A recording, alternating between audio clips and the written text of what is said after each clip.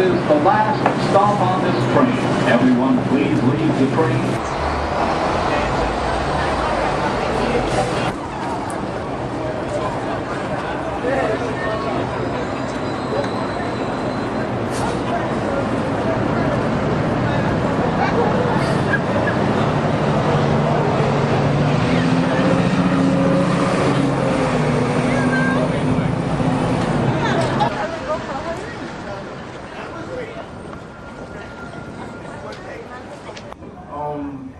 To be completely honest with you, it's been a topic of discussion amongst myself and a lot of our friends.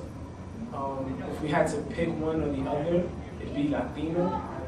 We actually came up with a funny phrase. It's not copyrighted or anything. We came up with mestizo. It's a mixture of mestizo and mulatto. But if I had to identify, if I had to pick one, it'd be Latino, but not really, so I'd have to go with neither. Puerto Rican, Dominican. Puerto Rican, Dominican, straight up, no hyphenation. No hyphenations. So I consider myself a very proud Latina. So I consider myself a very proud Latina, first and foremost. And I am very close to my culture and very close to my nationality. I don't put them aside at all. I take them everywhere I go with me. So it's very part of me. It's a part of me.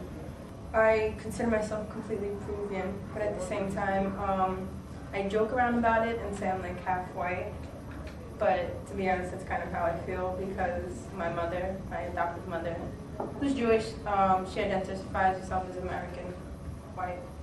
I therefore identify myself as white and Peruvian. So even though I'm joking about it, I kind of am serious about it as well, and Jewish as well.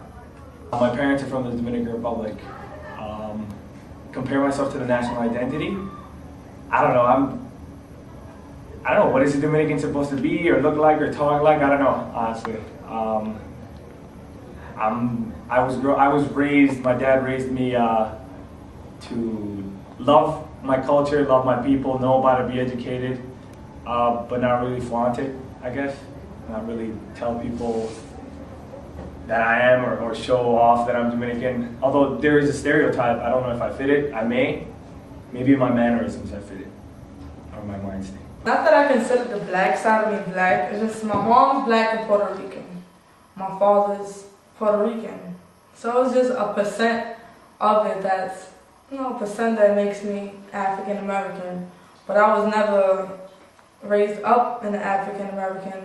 Everybody always looked at me like this light-skinned white girl. Oh, she's not Puerto Rican, she's not black, not knowing anything about me, not knowing my life, nothing. The Puerto Ricans always say, oh man, you're too Dominican for me. Or the Dominicans will say, you're too Puerto Rican for me. So a good way, every time they tell me that, I say, man, I'm too Dominican, I'm too Puerto Rican, and I'm too African for you. That's for me, the fact that a lot of people, they can ask their parents, they can ask their grandparents. Me, on the other hand, I can't. So if I'm getting older, I want to know, where I'm coming from, where I want to go. So it's a push for me. I'm pushing myself to find out more about my roots. Do you view yourself a rebel against white society? And if so, why? Hell yeah, I view myself as a rebel to white society. Because they just right away, I'm viewed as a thug or a spigger. Spigger is a spick and a nigger. I'm considered, I guess, like a nigga, a spigger, whatever you want to call it, because of the way I dress, my hip-hop hat, my hoodie. People think I'm a thug or whatever, I got an earring. So of course I'm a rebel, to white society or whatever. Yeah, and I'm proud of it. I'm a second generationer. I don't know if that's the right word. I apologize if it's not, Mom, my bad. I don't feel, I've assimilated, of course, but I don't feel as connected right now with the American culture as I do with my Puerto Rican and Dominican culture.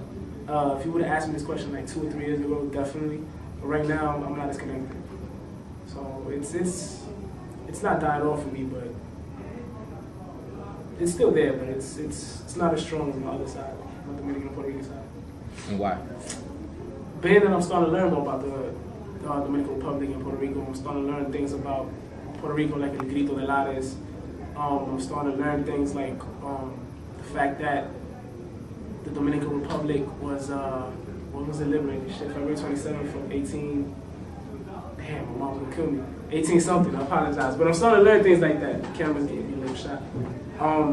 But I'm starting to get more in touch with my culture. My culture, not that the American culture isn't mine, but what really is my culture. So I just put it aside, like sacrifice it a little bit to be able to grow more. Yes and no, in a sense. I'm connected to the American culture being the way that they raise their children, meaning like my mom always wanted, I was in a strict household, so my mom was like, you can't go out, you can't do this, you have to go to school and come home and take care of your brothers. Mind you, my brothers are older than me. In the American culture, you kind of like, your parents kind of let you off a little bit, let you make your own mistakes, like you experience, and that's, in that sense, that's how I tied into the culture. Like, I want to be my own person and I want to do what I want to do. That's where the clashing began with my mom. In other aspects, music, yeah, definitely listen to American music, but I always bring in my Latino music. Like, I can't let it go. They're both there together, yeah.